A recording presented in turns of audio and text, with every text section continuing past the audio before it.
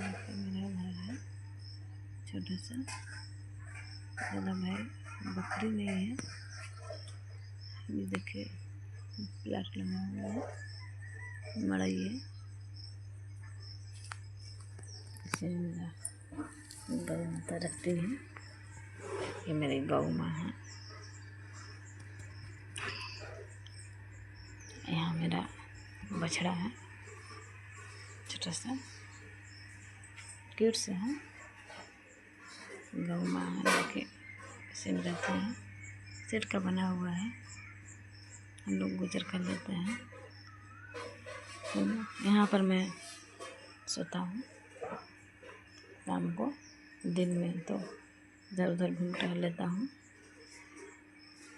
रात को हम लोग तीनों, एक बछड़ा, एक गाय, एक मैं, यहाँ पर 3 लोग हम लोग सोता हूँ यहाँ पर।